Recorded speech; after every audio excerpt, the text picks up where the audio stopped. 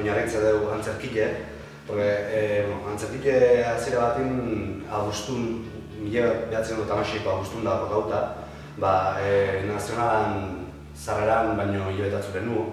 Garai hartako tamargarren hamarkadi oso ezagarri asko azke, bai lehenengo gerra ondorenko hamarkadi izango dalako eta hurrengoko gerri datorrelako. Emakumeek ondiken daude oso etxintzat barneratuta daude, ondiken matxismoen sozialki dago zabaldute, eta hori nahi genuen asko oinarritu antzerki honetan okatzi da. Kasu honetan asko iruile, bestuailue asko jodeu emakumeen arduen.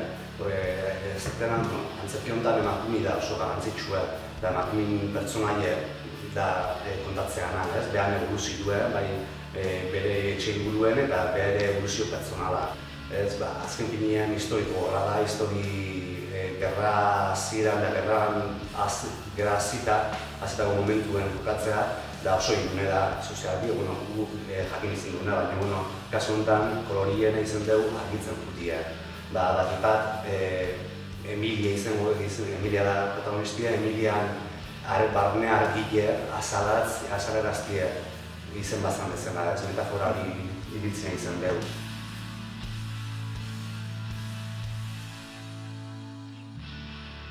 Prozesu desberdin izan nitutan rodajetan, telebistako eta zineako. Askotan bestuaiok azkara izatea, momentu inda, ez daude pertsonako inda, momentu nua arreglatzen dituzu. Prozesu hau desberdin izan da, oso histori pertsonala zen, itzia arregliaz egindako histori pertsonala bere familiengan oinarritutakoa. Eta bestuaiure arrolota ematen izan duen, behaile aktore bakoitzei pertsonalki iteko jantzilean ideilekin. Proposamena oso pertsonala izan zen, bai aktorik ezagutu, autor ikusi nola ziren, nola behaiek ibiltzeien areto gainin, nola hitzik eben, behaien movimenduek eta hortiken hundi sortzen pertsonal.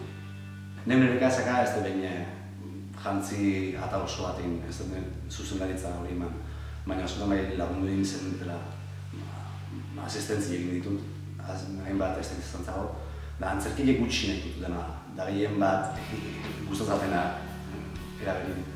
Eta hau niretzat lehen baldi izan zen, profesional. Aldaketan dikena niretzat tempu izan dira. Azken finien antzerkiko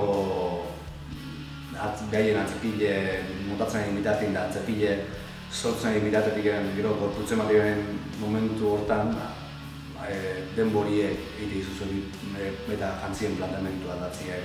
Azken finien aktoriekin da gehiekin metamorfosia zaitezu. Aurra pasute da bezuke baiekin moldatu bezu eta baien alun modestu. Hori izan da netzala aldaketa handiena.